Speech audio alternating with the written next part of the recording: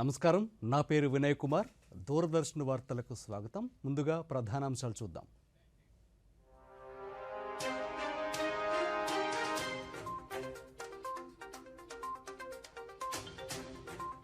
ఒడిశాలో BJP double engine సర్కారు ఏర్పడనుందన్న ప్రధాని. కేంద్రపర బాలసోర్ మావూర్భంజ్ ఎన్నికల ప్రచార సభల్లో ప్రసంగించిన నరేంద్ర మోదీ.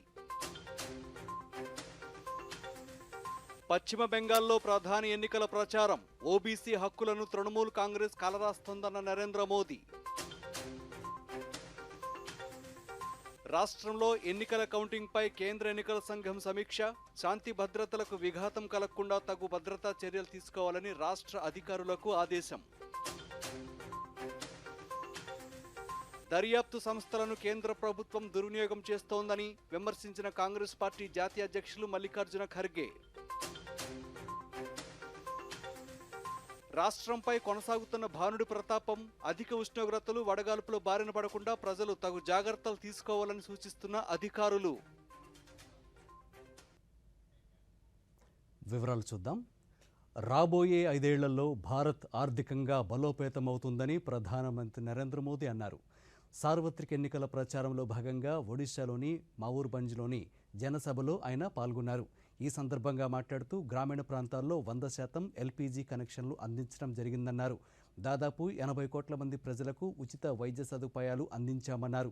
ఈ సదుపాయం మరో 5 ఏళ్లు కొనసాగుతుందని హామీ ఇచ్చారు. ఒడిశాలో అత్యంత ఆధునికమైన రహదారులు, రైల్వే లైన్లను నిర్మించామని ప్రధాని వివరించారు.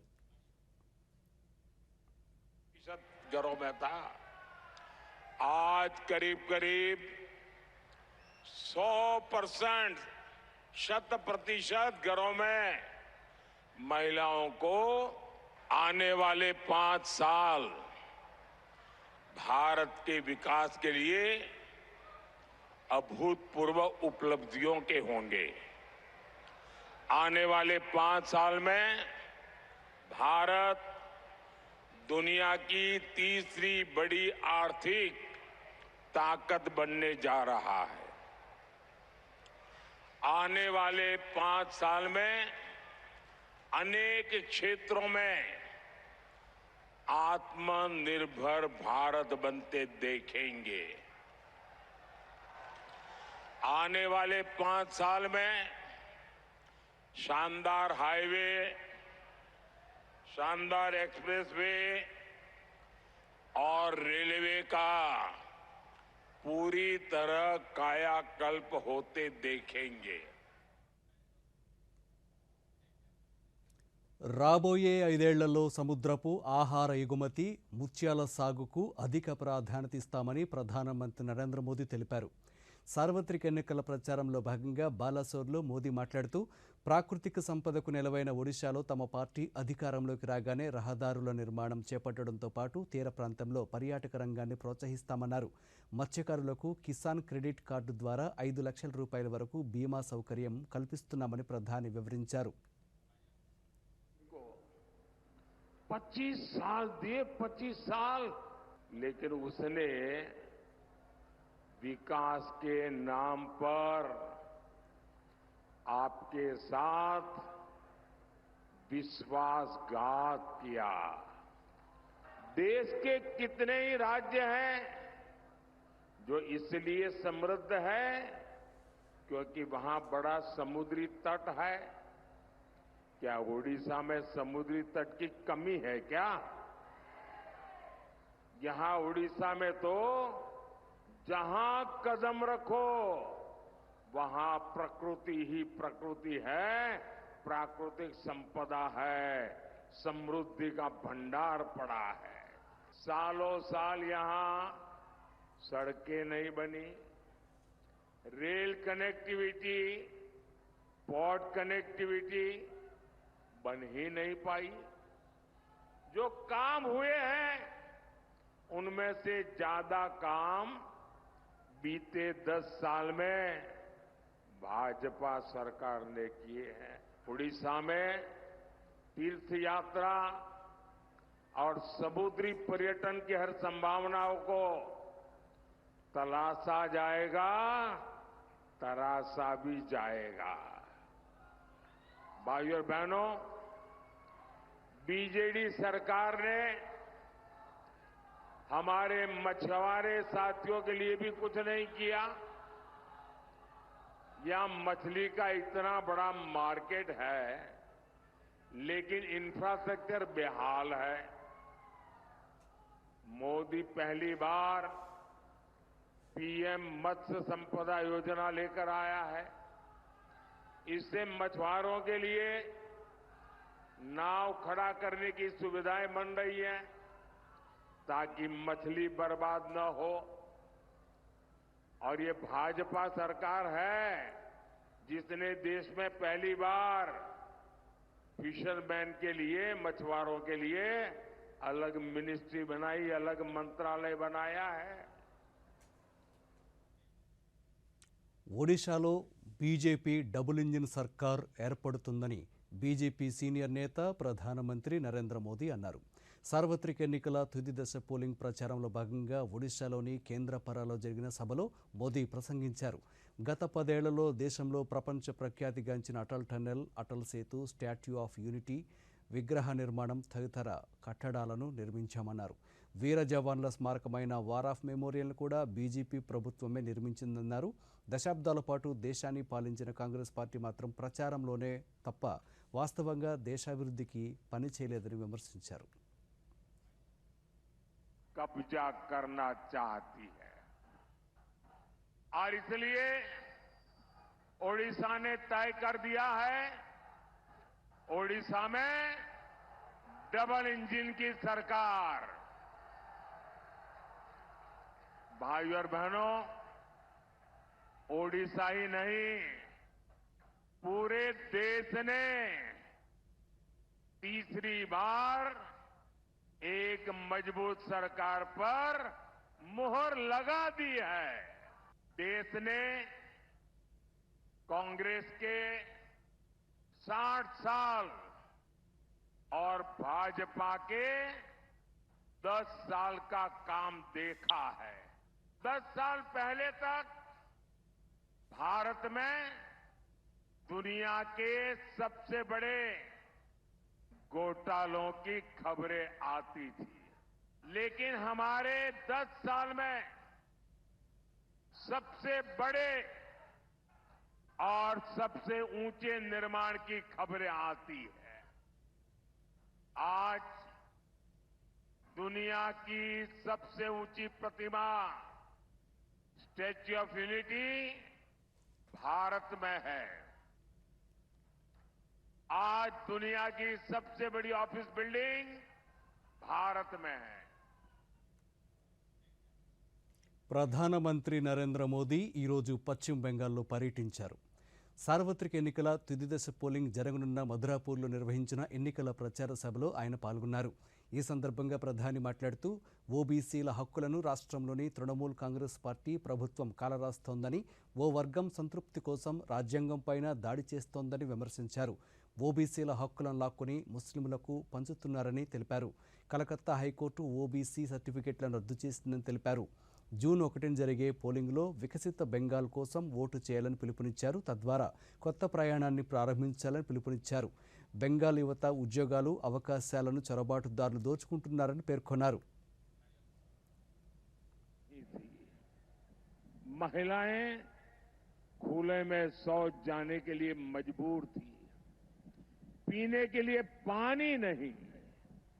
18,000 से ज्यादा गांवों में बिजली नहीं, उद्योगों के लिए संभावनाएं नहीं। ये तो एक दृश्य। सबसे बड़ा दुर्भाग्य ये भी था कि सुधार के लिए चर्चा भी नहीं होती थी। परिवारवाद की राजनीति ने करोड़ों करोड़ युवाओं के सपने मार दिए थे। 5 पीढ़ी को आजाद हिंदुस्तान में तबाह कर दिया गया, उनके सपनों को रौंद दिया गया, उनकी आशा आकांक्षाओं को मिट्टी में मिला दिया गया। जो देश हमारे साथ आजाद हुए थे, हमसे छोटे थे, सामान्य थे वो आज कहां से कहां पहुंच गए। हमारे पास इतना टैलेंट, इतना स्किल का सामर्थ्य, युवा आबादी की बढ़त, लेकिन हम पीछे छूटते चले गए। ఆంధ్రప్రదేశ్లో జూన్ 4న జరగనున్న ఓట్ల లెక్కింపు కార్యక్రమం ఎన్నికల సంఘం మార్గదర్శకాలకు అనుగుణంగా జరిగేలా తగు చర్యలు తీసుకోవాలని senior deputy election commissioner Nitish Vyas అన్నారు. ఢిల్లీ నుంచి వర్చువల్ విధానంలో కౌంటింగ్ ప్రక్రియపై రాష్ట్ర అధికారులతో సమీక్ష నిర్వహించారు. ఈ సమీక్షలో రాష్ట్ర ప్రధాన ఎన్నికల అధికారి ముఖేష్ కుమార్ మీనా, రాష్ట్ర పోలీసు నోడల్ అధికారి ఏడీజీ శంకబ్రత బాగ్చి సహా అన్ని నియోజకవర్గాల రిటర్నింగ్ అధికారులు, జిల్లా ఎన్నికల అధికారులు, పోలీస్ కమిషనర్లు, ఎస్పీలు హాజరయ్యారు. కౌంటింగ్ కేంద్రాల వద్దకు ఇతరులను అనుమతించొద్దని కేంద్ర ఎన్నికల సంఘం అధికారులు స్పష్టం చేశారు. క్రౌడ్ మేనేజ్మెంట్ సిస్టమ్, భద్రతా వ్యవస్థలో లోపాలు లేకుండా చూసుకోవాలని తేల్చి చెప్పారు. ఎలాంటి హింసాత్మక ఘటనలు జరిగేందుకు వీల్లేదని ఎస్పీలను ఆదేశించారు. ఓట్ల లెక్కింపు ఖచ్చితమైన ఫలితాలను ఎప్పటికప్పుడు అందించాలని సూచించారు.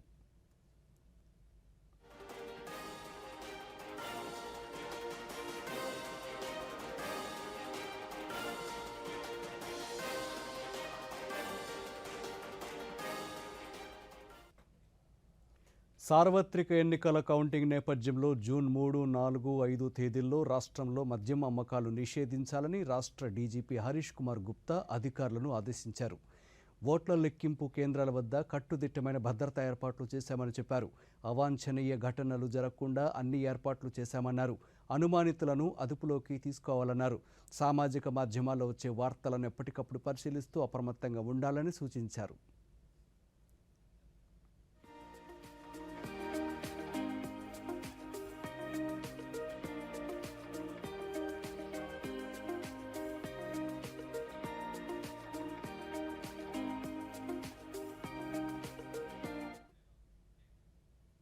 విజయనగరం జిల్లాలో ఓట్ల లెక్కింపు కేంద్రాల్లో ఏర్పాట్లు పగడ్బందీగా ఉండాలని జిల్లా ఎన్నికల అధికారి కలెక్టర్ నాగలక్ష్మి ఆదేశించారు. లెండి ఇంజనీరింగ్ కళాశాల జేఎన్టీయూలో ఏర్పాటు చేసిన ఓట్ల లెక్కింపు కేంద్రాలను ఆమె పరిశీలించారు. ప్రతి నియోజకవర్గ లెక్కింపు కేంద్రాన్ని ఆమె తనిఖీ చేశారు. పోస్టల్ బ్యాలెట్, ఈవీఎం, ఓట్ల లెక్కింపునకు వేర్వేరుగా ఏర్పాటు చేసిన కౌంటింగ్ కేంద్రాలను పరిశీలించి అధికారులకు తగు సూచనలు చేశారు.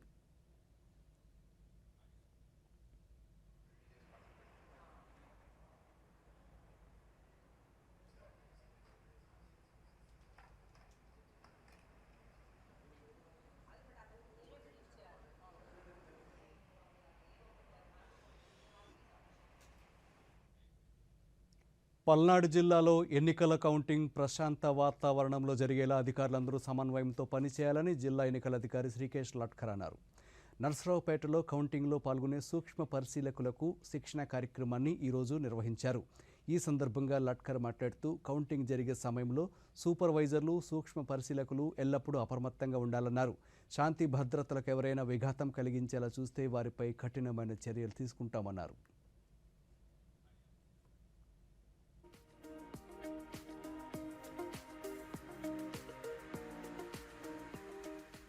కౌంటింగ్ ప్రాసెస్ నడుస్తున్నప్పుడు your observers, you are not directly the counting supervisor or counting assistant. So వాళ్ళు చేస్తున్న పనుల్లో కూడా వాళ్ళు ఏమైనా తప్పులు చేస్తున్నారా, అమాయకులుగా, అంటే not necessarily they are doing it wantonly, they might be doing some mistake annoyingly, unintentionally, అలాంటి ఏమైనా చేస్తున్నారో మీరు చూస్తూ ఉండాలి. That is your job as an observer. Or any paper కింద పడిపోయిందా, ఎనీ వివిప్యాట్ స్లిప్స్ కౌంట్ చేసేటప్పుడు అటు ఇటు పడిపోయిందా, వాళ్ళు హడావుడిలో ఉంటారు రైటింగ్ లో కానీ దాంట్లో. So you are there just for the observation. మీరు ఇది చేస్తూ ఉండాలి, చెక్ చేస్తూ ఉండాలి. ప్లస్ ఇప్పుడు ఈవీఎం కౌంటింగ్ నడుస్తుంది, మెషిన్ పెట్టారు, సియు పెట్టడం జరిగింది. CU the counting supervisor has put the CU in such a way that mesh అవతల ఉన్నటువంటి కౌంటింగ్ ఏజెంట్స్ కి కనిపించట్లేదు. ఇప్పుడు మీరు ఈవీఎం కౌంటింగ్ చేసేటప్పుడు రాసుకుంటారు, మీకు ఇచ్చిన 17C పార్ట్ 2 ఏదైతే ఇచ్చున్నారో దాంట్లో రాసుకుంటారు. సిమిలర్ గా వాళ్ళు కూడా రాసుకుంటారు కౌంటింగ్ సూపర్వైజర్స్. మీరు సెపరేట్ గా రాస్తారు, వాళ్ళు సెపరేట్ గా రాస్తారు. మీరు ఇచ్చిన షీట్ అబ్జర్వర్ దగ్గర వెళ్తారు, వాళ్ళు ఇచ్చిన షీట్ ఆరో దగ్గర వెళ్తారు. మళ్ళీ ఆరో టేబుల్లో observer and returning officer Tally చేస్తారు. సో మీరు రాసింది, కౌంటింగ్ సూపర్వైజర్ రాసింది ఏమైనా తేడా ఉంటే అక్కడ తెలిసిపోతుంది. స్వల్ప విరామం తీసుకుందాం.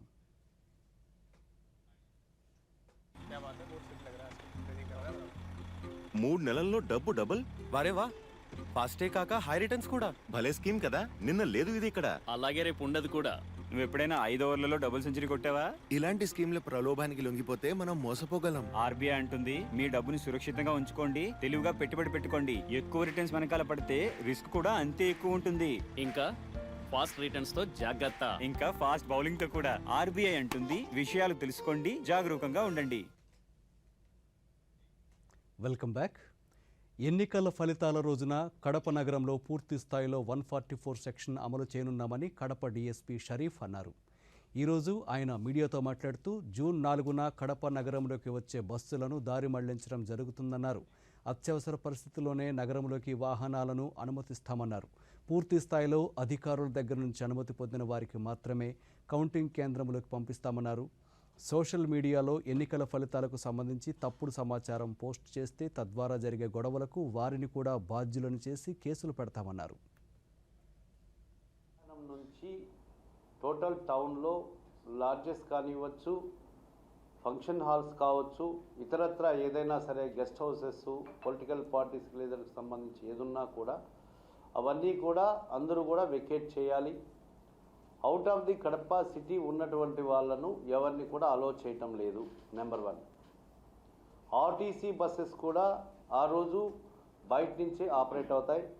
ఏ ఏరియా నుంచి వచ్చే బస్సెస్కు వాటికి మనము అక్కడక్కడ ఒక టెంట్ ఏర్పాటు చేయడము, మైక్, తర్వాత పబ్లిక్కి కన్వీనియంట్గా అక్కడి నుంచి సిటీలోకి రావడానికి కొన్ని బస్సెస్ కూడా పెట్టాము.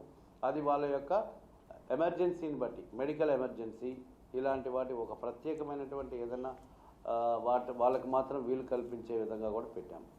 సో షాప్సు, ఇతరత్ర స్కూల్స్ కానివ్వచ్చు, ప్రైవేట్ ఆఫీసెస్ కావచ్చు, అవన్నీ కూడా ఆ రోజు క్లోజ్ చేయాల్సి వస్తుంది. 144 సెక్షన్ నిన్ననే మన election commission of India chief election commissioner గారు కూడా నిన్న పత్రికాముఖంగా రాష్ట్రమంతటా 144 సిఆర్పిసి ఉంటుందని పత్రికాముఖంగా కూడా చెప్పడం జరిగింది. సో ఖచ్చితంగా 100% దాన్ని ఇంప్లిమెంట్ చేయాల్సిన అవసరం అందరికీ ఉంటుంది. కాకినాడ జిల్లాలోని పెట్రోల్ బంకుల్లో పెట్రోల్ కానీ డీజిల్ కానీ వాహనాలకు మినహా విడిగా విక్రయాలు జరగకుండా ఆదేశించినట్లు జిల్లా జాయింట్ కలెక్టర్ రామసుందర్ రెడ్డి తెలిపారు. ఓట్ల లెక్కింపు నేపథ్యంలో ఎలాంటి అవాంఛనీయ ఘటనలు జరగకుండా ఉండేందుకు ఈ చర్యలు తీసుకుంటున్నట్లు వివరించారు. బంకు యజమానులు సైతం అప్రమత్తంగా ఉంటున్నట్లు తెలిపారు.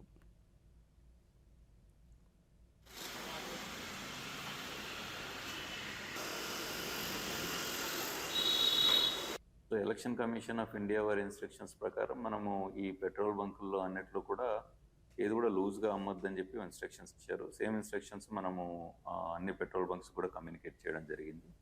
సో అల్లర్లు జరుగుతాయనే ఉద్దేశంతో ఎక్కడ కూడా లూజ్గా ఇవ్వద్దని చెప్పడం జరిగింది. సో అవే ఇన్స్ట్రక్షన్స్ వీళ్ళకి ఇచ్చాము. సో ఏ వైలేషన్స్ కూడా ఉండకూడదని చెప్పాము. అలాగే ఎంసీసీ టీమ్స్ కూడా ఇటువంటి ఏమైనా వైలేషన్స్ ఉన్నాయనేది కూడా ఇన్స్పెక్షన్స్ చేసి మాకు రిపోర్ట్స్ ఇవ్వచ్చు.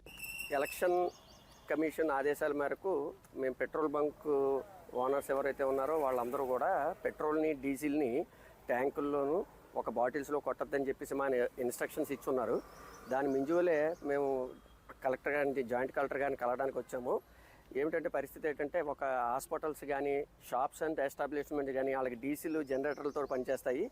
దాని గురించి అని చెప్పేసి సార్ మా మీద ప్రెషర్ ఉంది ఏంటి సార్ అని చెప్పేసి అడగడానికి వచ్చాము. సానుకూలంగా స్పందించి జాయింట్ కలెక్టర్ గారు మేము ఒకసారి ఎలక్షన్ కమిషన్ గారితో మాట్లాడి మేము మీకు ఏ విషయం అని చెప్తామని చెప్పారు. చాలా సంతోషం. మా అందరికీ ఈ యొక్క సమస్యని తీర్చవలసిందిగా కూర్చున్నాం. శ్రీ సత్యసాయి జిల్లాలోని పుట్టపర్తి వ్యవసాయ కార్యాలయం వద్ద రైతులకు రాయితీపై వేరుశెనగ విత్తనాలను పంపిణీ చేశారు. జిల్లా collector Arunbabu, AP seeds corporation MD శివప్రసాద్లు రైతులకు విత్తనాలు అందించారు. ఈ సందర్భంగా కలెక్టర్ మాట్లాడుతూ జిల్లా వ్యాప్తంగా అన్ని రైతు భరోసా కేంద్రాల ద్వారా రైతాంగానికి అవసరమైన విత్తనాలను అందిస్తున్నామన్నారు. వేరుశెనగలో అంతర పంటలుగా సాగు చేసే కంది, పెసర విత్తనాలు సైతం రాయితీపై అందిస్తున్నట్లు వివరించారు.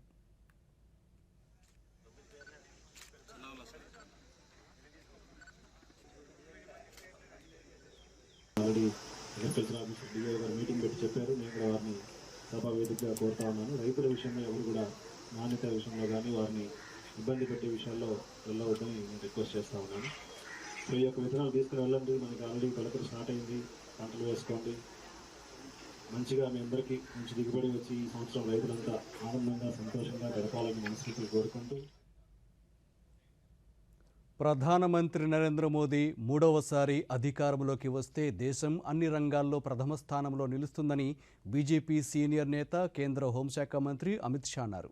సార్వత్రిక ఎన్నికల తుది దశ ప్రచారంలో భాగంగా ఉత్తరప్రదేశ్లోని బలియాలో జరిగిన ఎన్నికల ప్రచార సభలో అమిత్ షా మాట్లాడుతూ ప్రధాని నరేంద్ర మోదీ నేతృత్వంలో గత దశాబ్ద కాలంగా దేశం సమగ్రాభివృద్ధి చెందుతుందని, ఇదే ఒరవడి కొనసాగాలంటే బీజేపీని గెలిపించాల్సిందిగా ఓటర్లను కోరారు.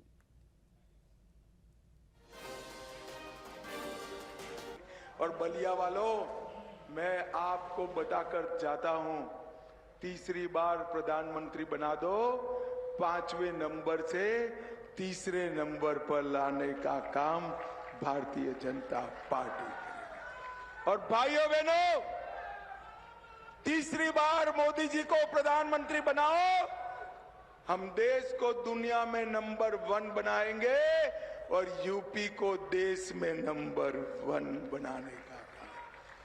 मुझे बताओ, नीरज शेखर को सांसद बनाकर भेजोगे क्या?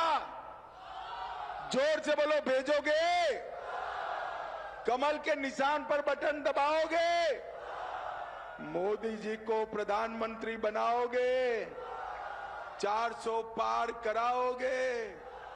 तो मेरे साथ दोनों हाथ उठाइए दोनों हाथ, विजय के संकल्प की मुट्ठी बींचे और प्रचंड आवाज से ఎన్డీఏ పాలనలో దేశంలో మావోయిస్టుల ప్రాబల్యం తగ్గుముఖం పట్టిందని బీజేపీ సీనియర్ నేత కేంద్ర హోంశాఖ మంత్రి అమిత్ షా అన్నారు. సార్వత్రిక ఎన్నికల ప్రచారంలో భాగంగా సోంభద్రలో నిర్వహించిన సభలో అమిత్ షా పాల్గొన్నారు. ఈ సందర్భంగా మాట్లాడుతూ ఆదివాసీల అభివృద్ధికి మోదీ ప్రభుత్వం పెద్ద ఎత్తున సంక్షేమ కార్యక్రమాలను అమలు చేస్తోందన్నారు. అర్హులందరికీ పక్కా గృహాలను అందించడమే కాకుండా మౌలిక సదుపాయాలను కూడా కల్పించామన్నారు.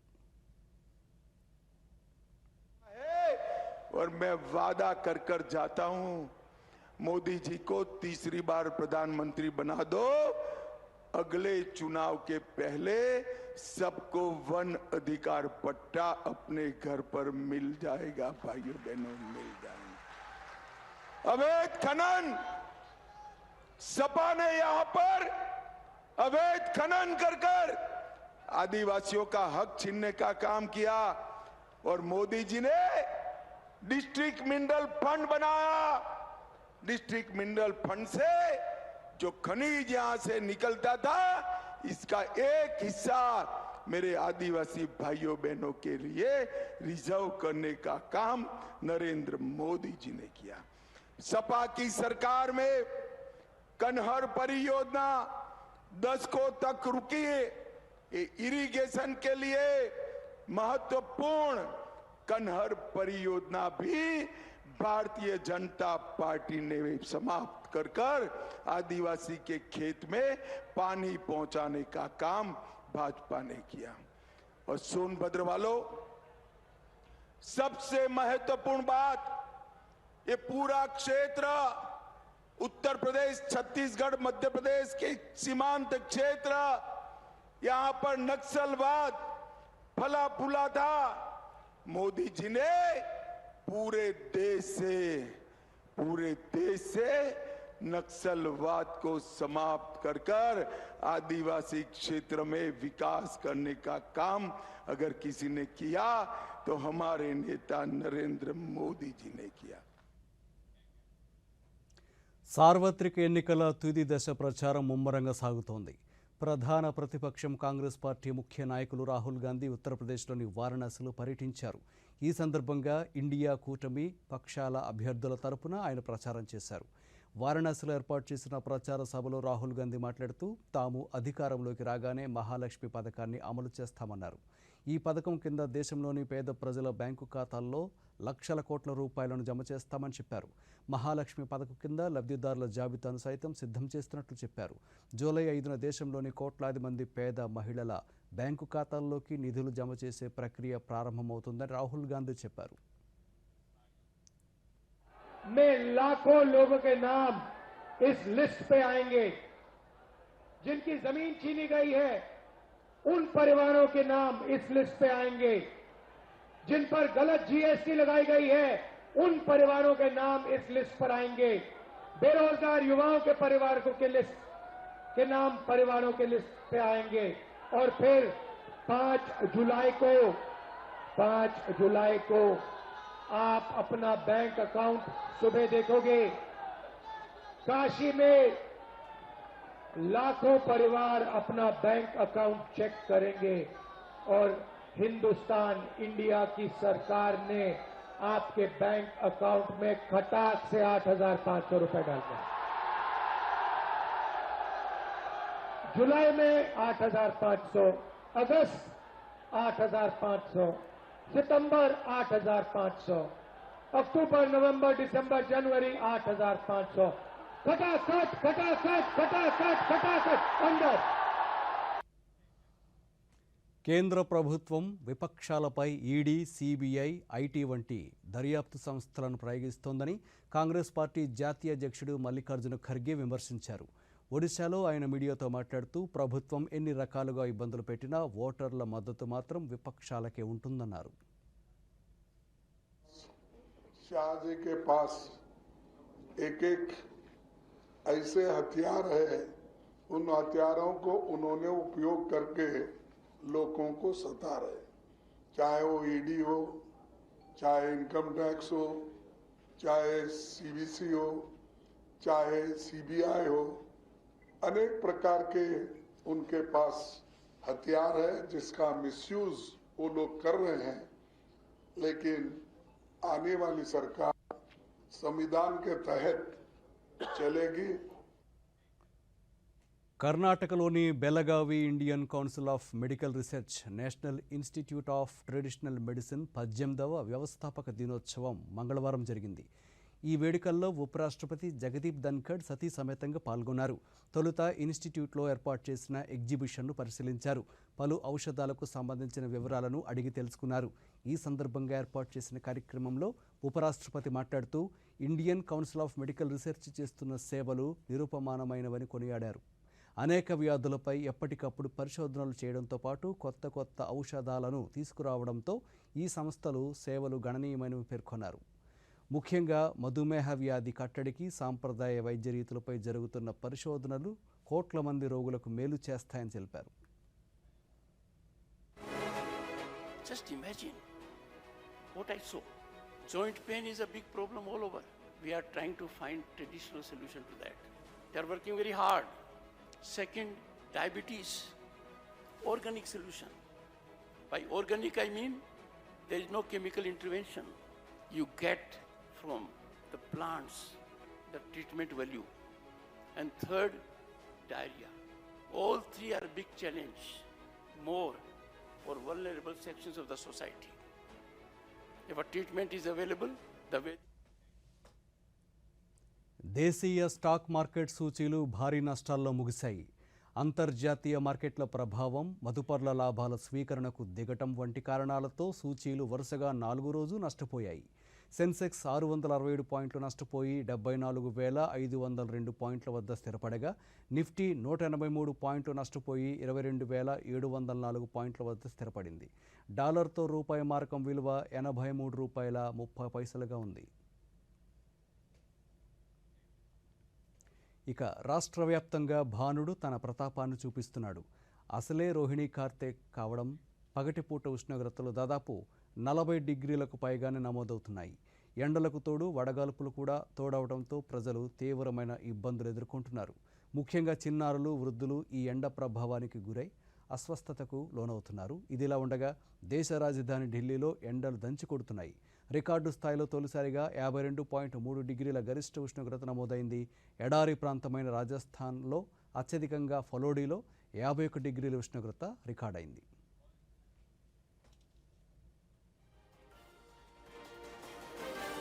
ఈ వార్తలు ఇంతటితో సమాప్తం. నమస్కారం.